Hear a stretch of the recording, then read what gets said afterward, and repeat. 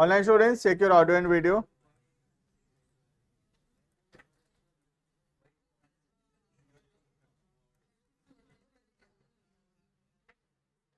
ठीक है, देखना।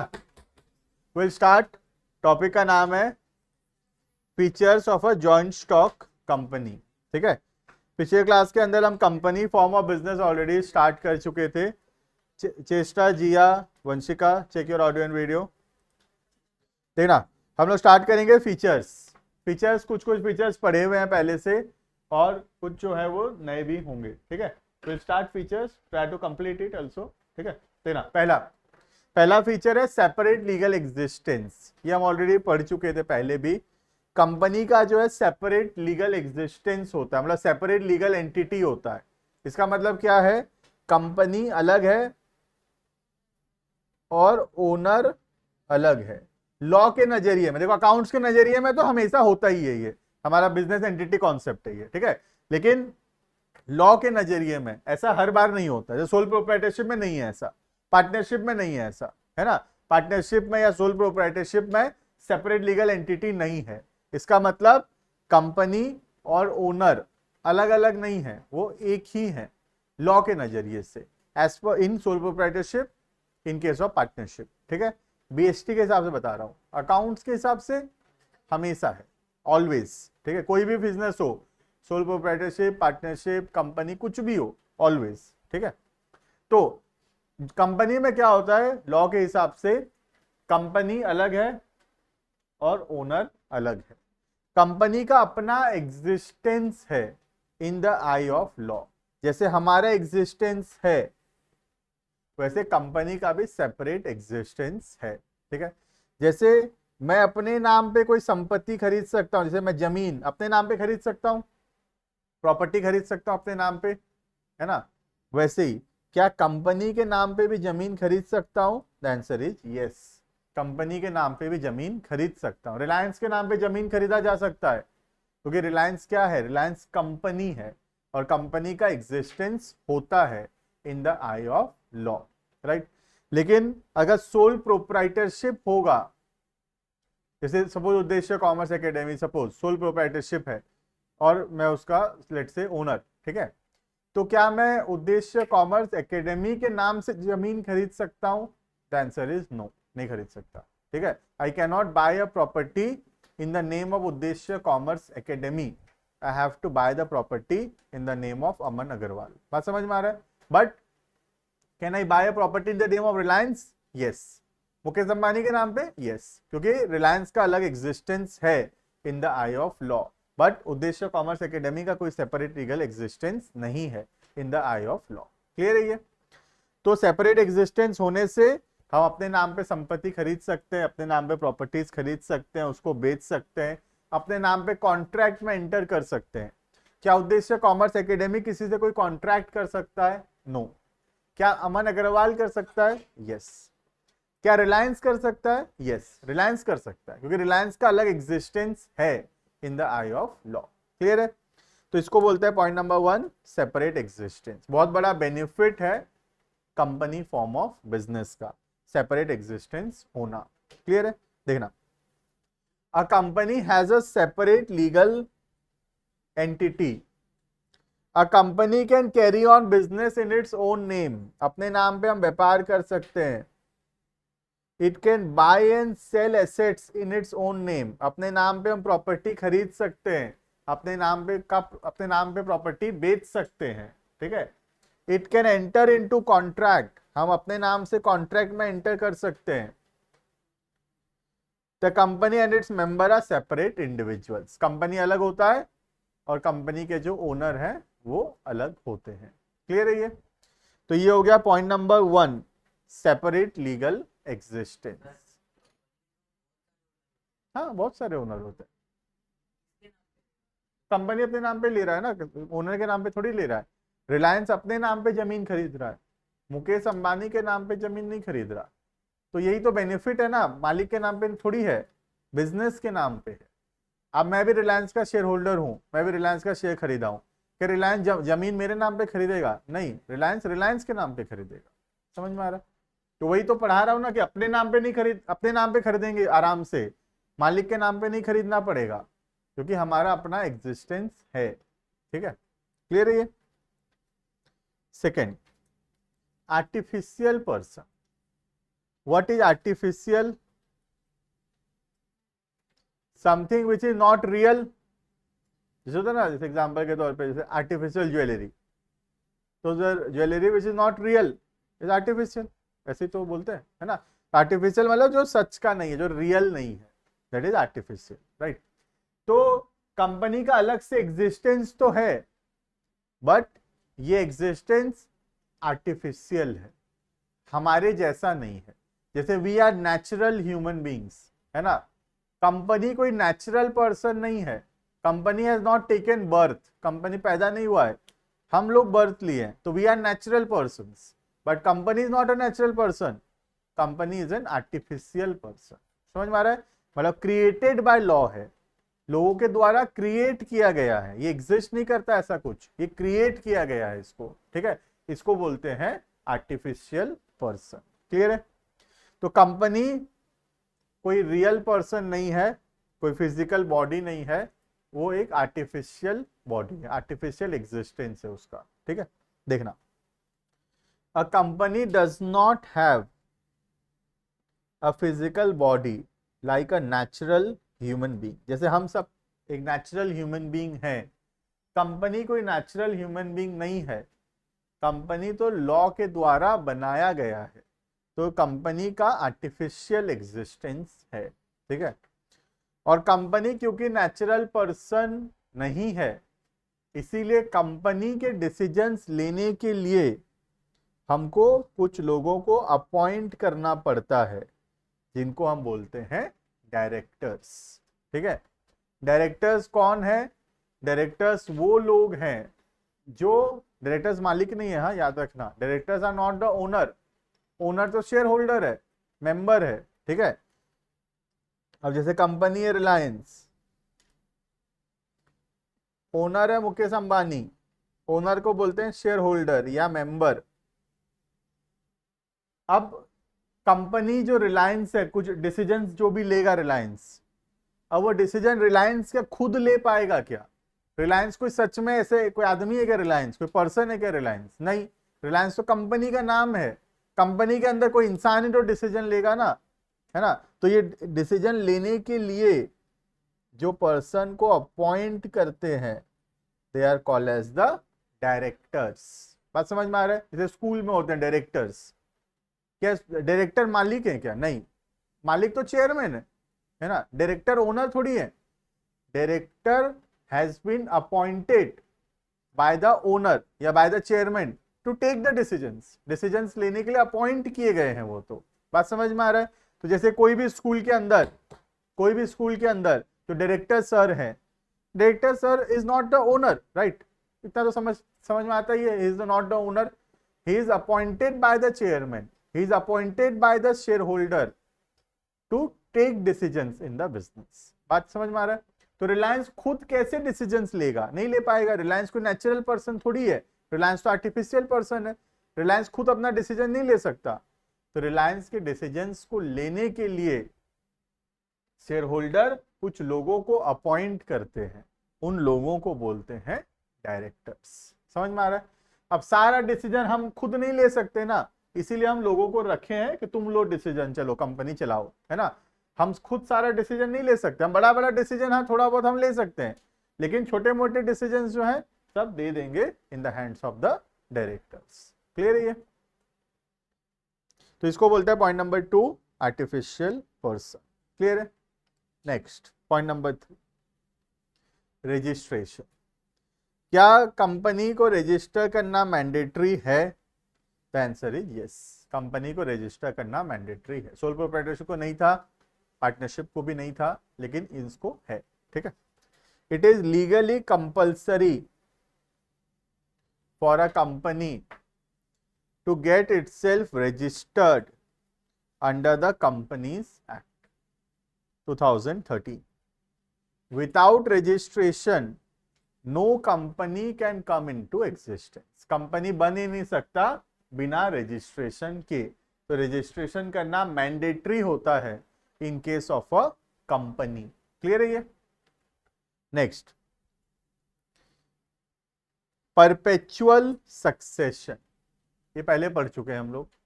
Anyone, what is perpetual succession?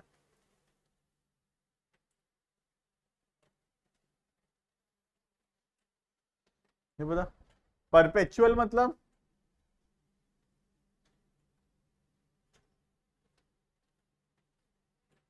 नहीं पता? परपेचुअल का मतलब होता है something which will go on, is called as perpetual, never ending. ठीक है, तो यू कैन राइट परपेचुअल का मीनिंग। देखो, परपेचुअल का मीनिंग लिखो, नेवर एंडिंग, जो चलता ही रहेगा।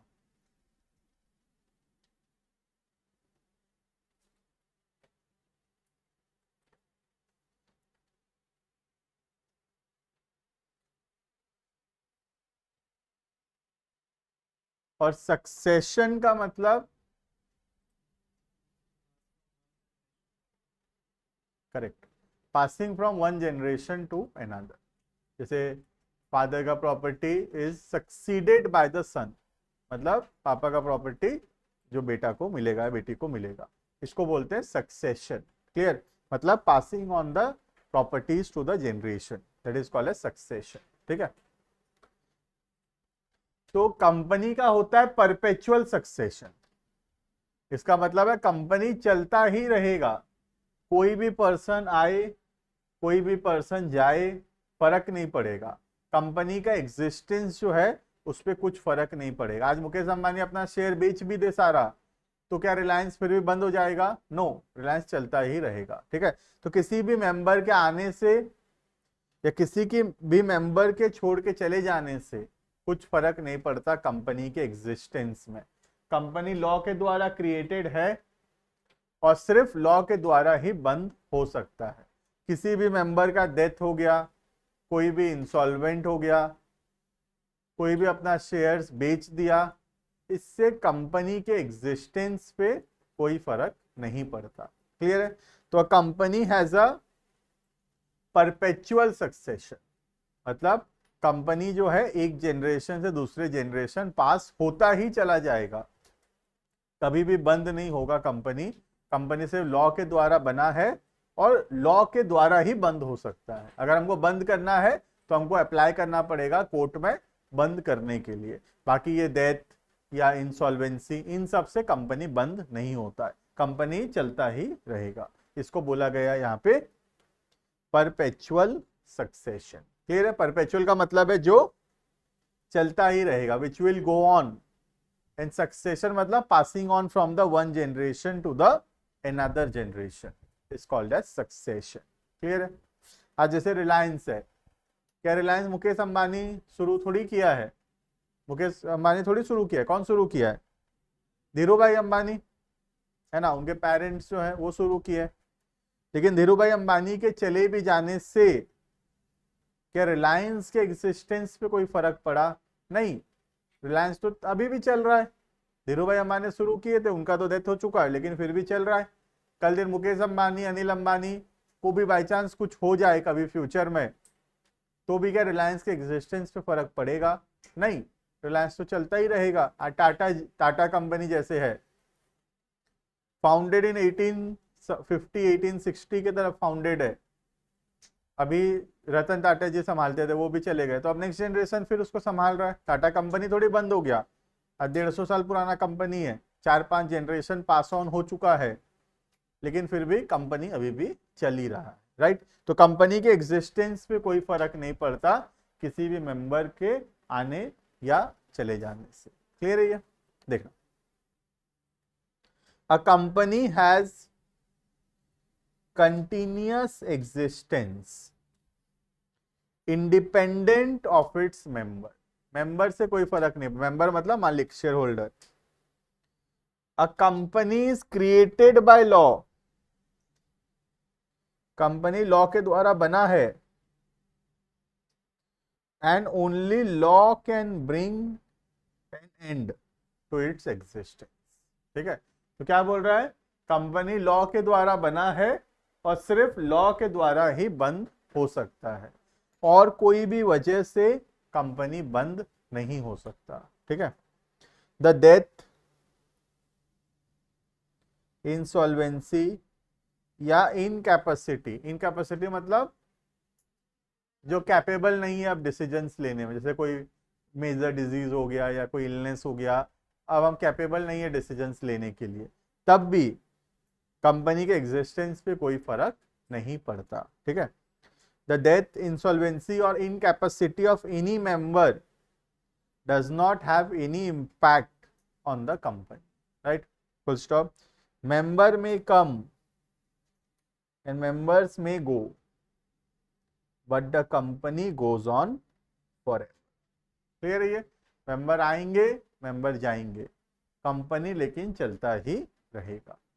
आज जैसे रिलायंस है, आज मैं रिलायंस में शेयर्स खरीदूं तो रिलायंस में एक नया शेयर होल्डर ऐड हुआ, कल मैं बेच दूं तो मैं एक शेयर होल्डर कम हो गया, क्या रिलायंस को कोई फर्क पड़ता है इससे? नो, रिलायंस को कोई फर्क नहीं पड़ता। क्लियर है ये, the life of a company can come to an end through legal procedure of winding up, winding मतलब बंद करना, तो जो लीगल प्रोसीजर है जो कोर्ट में अप्लाई करके ही कंपनी बंद किया जा सकता है, बाकी मेंबर के आने जाने से, उनके इंसॉल्वेंसी से, उनके डेथ से, उनके इनकैपेसिटी से कंपनी के एग्जिस्टेंस पे कोई फर्क नहीं पड़ता। क्लियर है ये, इसको क्या बोलते हैं? परपेचुअल सक्सेशन, याद रहेगा? कोई डाउट है? बोलो। जो शेयर होल्डर्स हैं वो लोग, जो मेजॉरिटी शेयर होल्डर्स हैं, अगर वो लोग अप्लाई कर रहे हैं कंपनी बंद करने के लिए तो फिर कंपनी बंद हो सकता है।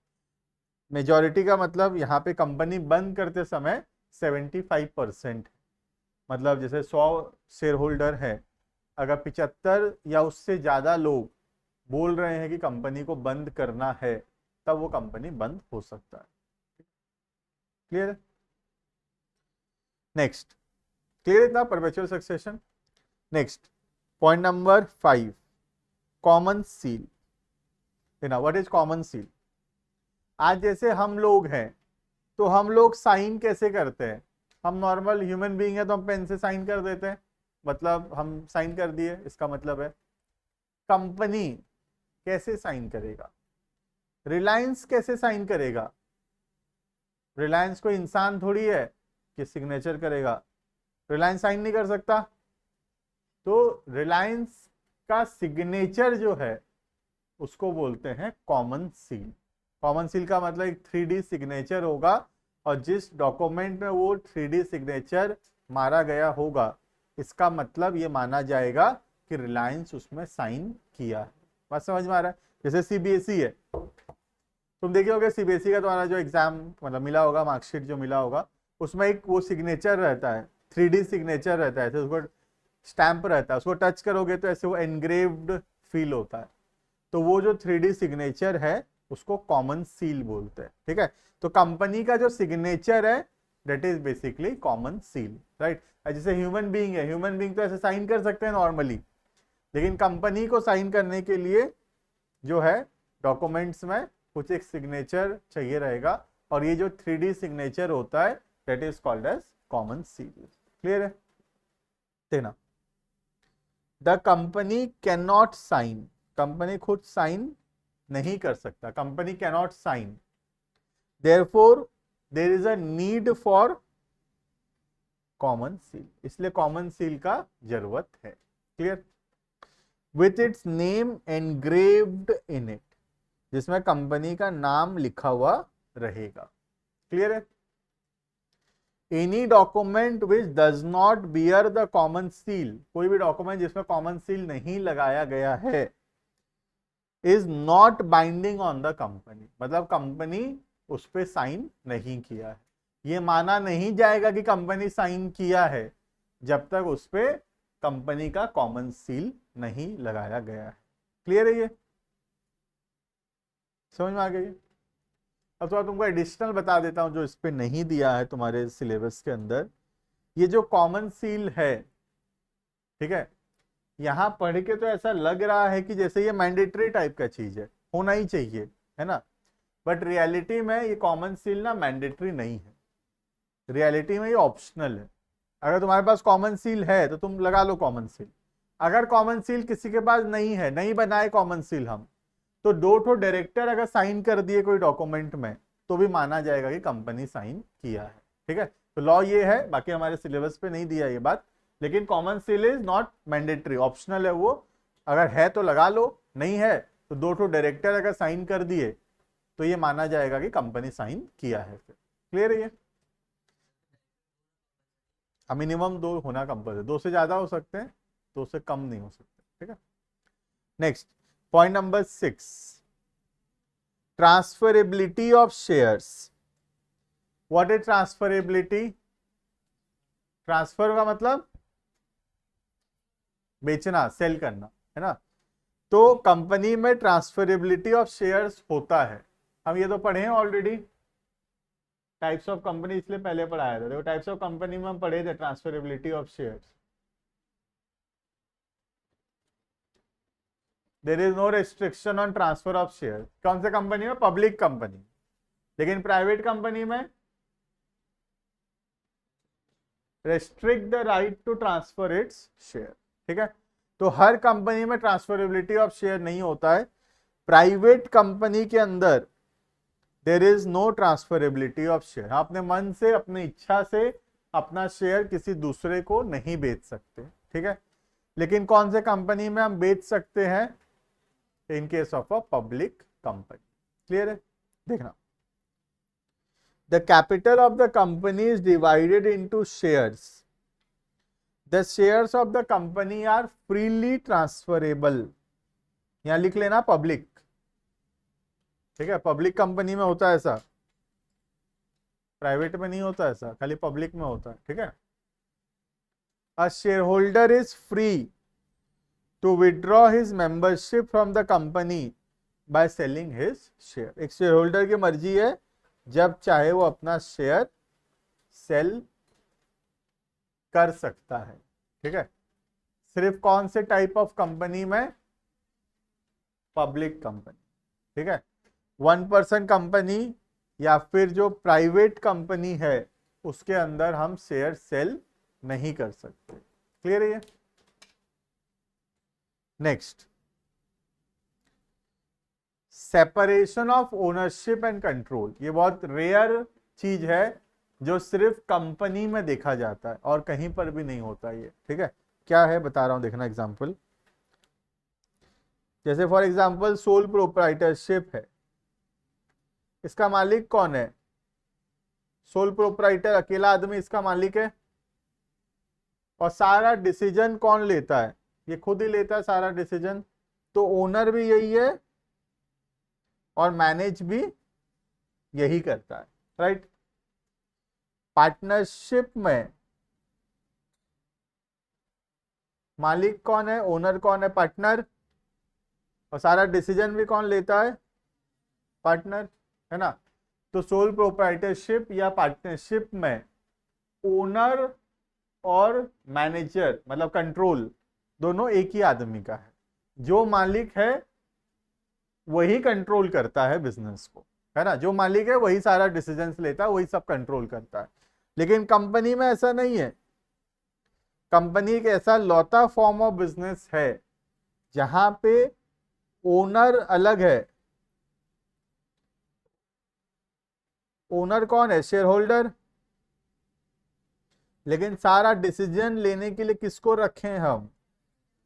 डायरेक्टर्स। तो एक ऐसा लौता फॉर्म ऑफ बिजनेस है जहां पे ओनरशिप एंड कंट्रोल अलग अलग है। ओनरशिप किसके हाथ में? शेयर होल्डर्स के हाथ में, ऑल्सो कॉल्ड एज मेंबर्स। लेकिन डिसीजन सारा कंपनी का कौन लेता है?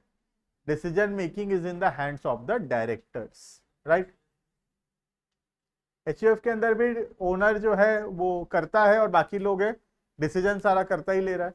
तो करता ओनर भी है और डिसीजन भी है ना। पार्टनरशिप में भी ऐसे है, लेकिन यहां देखो इन लोग मालिक ही नहीं है। करता मालिक था और डिसीजन भी लेता था, ओनर भी था। लेकिन ये देखो मालिक ही नहीं है डायरेक्टर, ये तो शेयर ही नहीं रखा, ये ओनर ही नहीं है, लेकिन फिर भी ये सारे डिसीजंस लेता है। बात समझ में आ रहा है? तो कंपनी एक ऐसा रेयर फॉर्म ऑफ बिजनेस है जहां पे there is a separation of ownership and control. Control का मतलब decision making, right.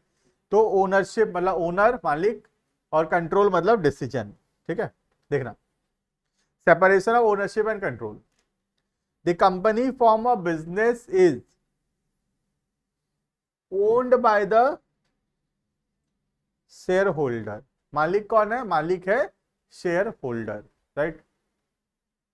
This share holder elect their representative. इन लोग किसी को अपॉइंट करते हैं, who are called as directors.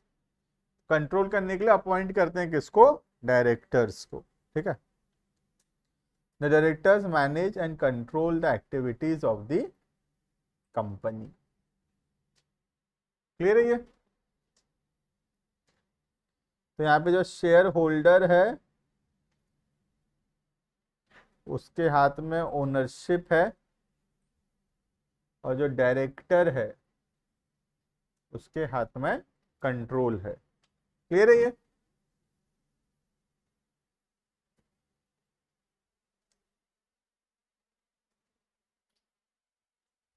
Next point number 8, limited liability. ये तो पहले से पढ़ते हुए आ रहे हैं हम लोग। कंपनी फॉर्म ऑफ बिजनेस में लिमिटेड लाइबिलिटी होता है, मतलब हम जितना पैसा लगाए हैं मैक्सिमम हम उतने के लिए ही लायबल हैं। आज अगर मैं रिलायंस में 1,000 रुपया लगाऊं, 1,000 का रिलायंस के तो शेयर्स खरीदूं, और मेरे शेयर होल्डर बनने के बाद रिलायंस को करोड़ों का नुकसान हो जाए, रिलायंस बंद हो जाए, लेकिन मैं कितना चुकाऊंगा? मैं सिर्फ मेरा 1,000 ही दूंगा, उससे ज्यादा नहीं दूंगा, राइट। तो लिमिटेड लाइबिलिटी मतलब जितना पैसा लगाए हैं कंपनी में मैक्सिमम हमारा लाइबिलिटी उतना ही होगा, उससे ज्यादा हमारा लाइबिलिटी नहीं होगा। That is called as limited liability. Clear? देखना, the liability of members of the company is limited to the extent of their share capital contribution. जितना रुपया का शेयर्स खरीदे हो मैक्सिमम उतना रुपया ही देने के लिए लायबल हो। आज मैं 1,000 रुपए का शेयर्स खरीदूं तो मेरा लाइबिलिटी 1,000 ही होगा। क्लियर है? This is all about features, ठीक है। जो एडवांटेजेस है, बहुत सारे पॉइंट फीचर्स से सेम है और बहुत सारे थोड़े अलग भी है। तो जो सेम है उसको फिर से वहां पे लिखा भी नहीं गया है, यू कैन सी। मेरिट्स में पहला हो गया लिमिटेड लाइबिलिटी, तो अभी पढ़े हम, तो ये फिर से इसलिए नहीं पढ़ रहे हैं। ट्रांसफरेबिलिटी ऑफ शेयर्स अभी पढ़े ऊपर फीचर्स में। परपेचुअल सक्सेशन ये भी अभी पढ़े, ठीक है। तो ये तीनों एडवांटेजेस भी है, तीनों एडवांटेजेस भी है, ठीक है। लिमिटेड लाइबिलिटी होना एडवांटेज है, जितना लगाए उतना डूबेगा, ज्यादा नहीं डूबेगा। ट्रांसफरेबिलिटी ऑफ शेयर होना एडवांटेज है, जब मर्जी अपना शेयर बेच सकते हैं। परपेचुअल सक्सेशन होना एडवांटेज है, ठीक है। बाकी जो एडवांटेज है रीड करेंगे। Point number 4, growth and expansion. Company form of business को ग्रो करना सबसे इजी है। क्यों? सबसे ज्यादा पैसा यहीं पे है ना। जो फॉर्म ऑफ बिजनेस सबसे ज्यादा कैपिटल चाहिए, कैपिटल सबसे ज्यादा कहां पे हो सकता है? Company form of business. हम जितना चाहे शेयर्स इशू कर सकते हैं और जितना चाहे पैसा पब्लिक से ले सकते हैं, है ना। तो जब हम बहुत ज्यादा पैसा पब्लिक से ले सकते हैं और बहुत ज्यादा पैसा को यूज करके हम बहुत जल्दी ग्रोथ ला सकते हैं, राइट। देखना, तो एडवांटेज है कंपनी का, ग्रोथ बहुत जल्दी होता है because of huge financial resources, ठीक है। In company form of business there is a more scope for growth and expansion. The company has large financial resources, बहुत पैसा है कंपनी के पास। And the rate of profit is also high, profit भी बहुत होता है इसमें। They can easily use their large amount of accrued and retained profit. Accrued and retained profit का मतलब होता है जो पैसा कमा रहे हैं उस पैसा को वापस से हम बिजनेस में यूज कर सकते हैं, ठीक है, for the purpose of expansion and growth, ठीक है। जैसे विकास है, अब एग्जांपल, विकास अभी जितना है क्या उतना से शुरू हुआ था क्या? नहीं, पैसा कमाते गए, उस पैसा को वहीं वहीं लगाते गए, तो वो ग्रो होता चला गया, राइट। तो वैसे ही कंपनी फॉर्म बिजनेस बहुत ज्यादा पैसा कमाते जाएंगे, उसी पैसा को वहीं वहीं लगाते जाएंगे, तो वो और जल्दी जल्दी ग्रो होता चला जाएगा। क्लियर है ये? Next, efficient management, company form of business में मैनेजमेंट बहुत अच्छा होता है, कंपनी को मैनेज बहुत अच्छे से किया जाता है, क्योंकि कंपनी के पास बहुत पैसा है और जिनके पास बहुत पैसा होगा वो अच्छे एम्प्लॉय रख सकेगा।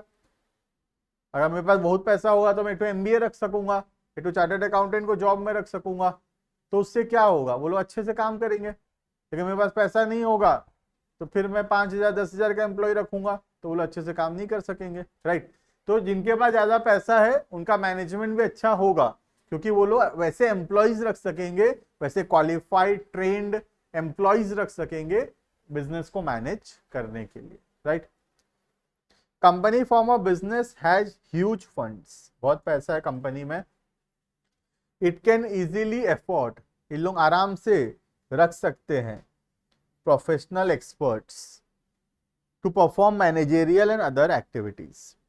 The expert and specialized people improve the efficiency, और ये जो एक्सपर्ट आएंगे ये कंपनी का वर्किंग को, कंपनी का परफॉर्मेंस को इंप्रूव कर देंगे। क्लियर है। तो जिनके पास ज्यादा पैसा है वो लोगों का मैनेजमेंट अच्छा होगा ही होगा, क्योंकि वो लोग वैसे एम्प्लॉयज अफोर्ड कर सकते हैं और वो अच्छे एम्प्लॉयज अपने आप अच्छे से मैनेज करेंगे, राइट।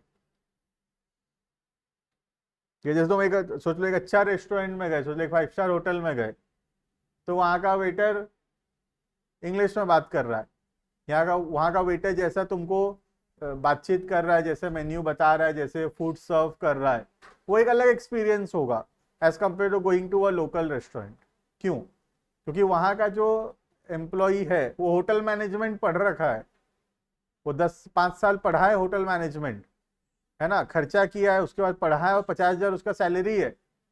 यहाँ तो स्टाफ वो कुछ पढ़ाई लिखा नहीं है, इसलिए तो वेटर है, पढ़ाई लिखा ही नहीं है वो कुछ, तो 5,000 7,000 10,000 में काम कर रहा है। तो वो जैसा सर्विस दे सकेगा, वो जैसे बातचीत कर सकेगा, वो लोग उनसे कंपेयर नहीं हो पाएगा, वो बहुत अच्छा कर सकेंगे उन लोग। तो 5 स्टार होटल वाले अफोर्ड कर सकते हैं वैसे वेटर्स रखना, तो उनका मैनेजमेंट हमेशा अच्छा होगा ही, क्योंकि वो तो वैसे लोग रख सकते हैं। छोटा रेस्टोरेंट नहीं रख सकेगा तो उनका मैनेजमेंट खराब होगा ही होगा। बात समझ में आ रहा है। नेक्स्ट लास्ट एडवांटेजेस में, लार्ज अमाउंट ऑफ कैपिटल, ये तो ऑलरेडी हम पढ़ लिए, कंपनी फॉर्म ऑफ बिजनेस में बहुत ह्यूज अमाउंट ऑफ मनी होता है, ठीक है। देखना, the biggest advantages of company form of business is that it can collect a large amount of capital by issuing shares, हम जितना चाहे पैसा ले सकते हैं पब्लिक से शेयर इशू कर करके। The people having small savings can also by the shares because the value of the share is very small. Share 10 रुपया 20 रुपया 100 रुपया 200 रुपए का होता है जनरली फेस वैल्यू, आगे चल के फिर बढ़ जाता है वैल्यू, पहले कम का रहता है। तो कोई भी पर्सन चाहे तो कंपनी में शेयर्स खरीद सकता है, पैसा लगा सकता है। Apart from share capital, company can collect funds from by raising loan, company को लोन भी बड़े आसानी से मिल जाता है।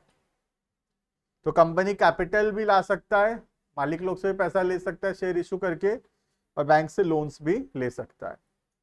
And bye issue of debentures, ये डिवेंचर आगे चल के हम पढ़ेंगे चैप्टर नंबर 7 में, अभी सिर्फ हाईलाइट कर दो। डिवेंचर एक तरीका है, एक लोन के जैसा है, बैंक लोन के जैसा है, ठीक है। तो ये हो गया ह्यूज अमाउंट ऑफ मनी, कैसे कैसे, capital, bank loan and debentures. Clear है ये? तो this is all about advantages या merits of a joint stock company. Clear है? इतना में रुकेंगे हम लोग, नेक्स्ट क्लास के अंदर will write the disadvantages, right.